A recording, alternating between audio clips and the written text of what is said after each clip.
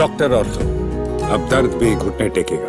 उत्तर प्रदेश की राजनीति में एक ऐसा नाम जिसने सिर्फ सत्ता ही नहीं संभाली बल्कि राजनीति की परिभाषा ही बदल कर रख दी।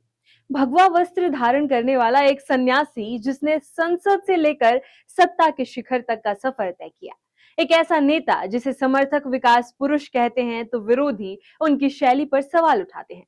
लेकिन इतना तय है कि योगी आदित्यनाथ भारतीय राजनीति के सबसे चर्चित चेहरों में से एक है। आज उनके जन्मदिन पर देखते हैं एक ऐसी कहानी जो पहाड़ों से शुरू होकर सत्ता के सबसे बड़े गलियारों तक पहुंची। नमस्कार, मैं कीर्ति भारद्वाज, चैनल फॉर न्यूज यूपीओके में आप सभी का स्वागत है। उत्तराखंड के पौड़ी गढ़वाल की शांत वादियों में 5 जून 1972 को जन्मा एक बालक। शायद तब किसी ने नहीं सोचा होगा कि यही बच्चा आगे चलकर देश के सबसे बड़े राज्य की राजनीति का सबसे प्रभावशाली चेहरा बनेगा। अजय सिंह बिष्ट, यही नाम था उस युवक का जो गणित की पढ़ाई कर रहा था, लेकिन किस्मत ने उसके लिए अलग रास्ता चुना था। पढ़ाई के बाद उन्होंने अध्यात्म की राह पकड़ी और गोरखनाथ मठ पहुंचे। महंत अवैधनाथ के सानिध्य में दीक्षा ली और अजय सिंह बिष्ट बन गए योगी आदित्यनाथ। साधु से सांसद बनने का सफर भी किसी फिल्मी कहानी से कम नहीं था। साल 1998, उम्र महज 26 साल, भारतीय जनता पार्टी ने गोरखपुर से चुनावी मैदान में उतारा और योगी आदित्यनाथ ने जीत दर्ज कर इतिहास रच दिया। वे उस समय देश की 12वीं लोकसभा के सबसे युवा सांसद बने। इसके बाद गोरखपुर की जनता ने ऐसा भरोसा जताया कि 1999, 2004, 2009 और 2014 में भी उन्हें लगातार सांसद भेजती रही। 5 बार सांसद बनना सिर्फ राजनीतिक सफलता नहीं बल्कि जनाधार की मजबूत कहानी भी थी। फिर आया साल 2017, उत्तर प्रदेश की राजनीति का निर्णायक मोड़। भाजपा को प्रचंड बहुमत मिला और मुख्यमंत्री पद की कमान सौंपी गई योगी आदित्यनाथ को। शपथ लेते ही एक सन्यासी प्रशासक की नई पहचान गढ़ने लगा। कानून व्यवस्था को लेकर सख्त फैसले, अपराधियों के खिलाफ कार्रवाई और प्रशासनिक अनुशासन पर जोर ने उन्हें बाकी मुख्यमंत्रियों से अलग पहचान दिलवाई। इसी दौर में एक शब्द पूरे देश में चर्चा का विषय बन गया और उस शब्द से आप भलीभांति परिचित हैं और वो शब्द है बुलडोजर। अवैध कब्जों और कथित माफिया नेटवर्क पर कार्रवाई के दौरान बुलडोजर प्रशासनिक कार्रवाई का प्रतीक बन गया। समर्थकों ने उन्हें बुलडोजर बाबा कहना शुरू किया। ये छवि इतनी लोकप्रिय हुई कि देश के कई राज्यों में भी इसी तरह की कार्रवाई को लेकर राजनीतिक चर्चाएं होने लगी।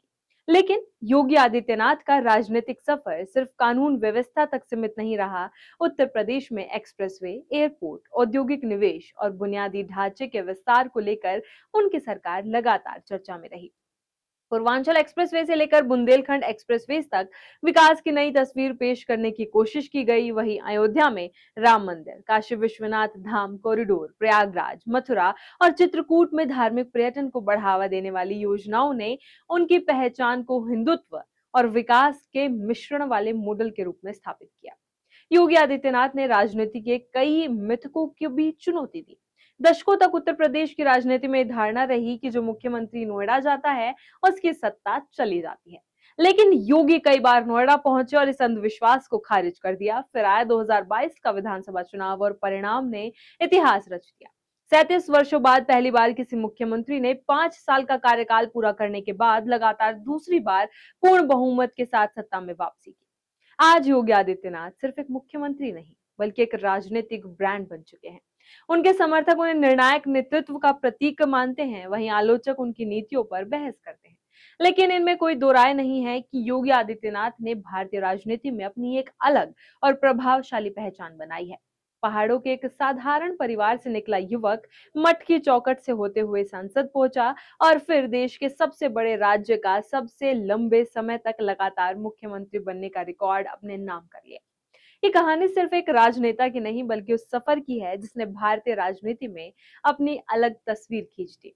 आज उनके जन्मदिन के इस खास मौके पर यह कहना बिल्कुल गलत नहीं होगा कि योगी आदित्यनाथ ने अपनी मेहनत, निष्ठा और कई फैसलों से खुद को एक जननायक के रूप में ढाला है।